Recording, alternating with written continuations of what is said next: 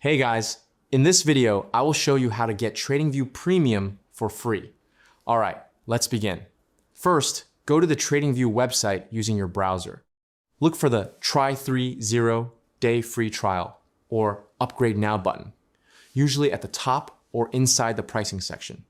If you don't see it, open the pricing menu from the navigation bar and select the trial option. Next, choose the premium plan to access all features during the trial. Review the plan details, including billing cycle and currency, as these apply after the trial ends. If you're not signed in, create an account or log in.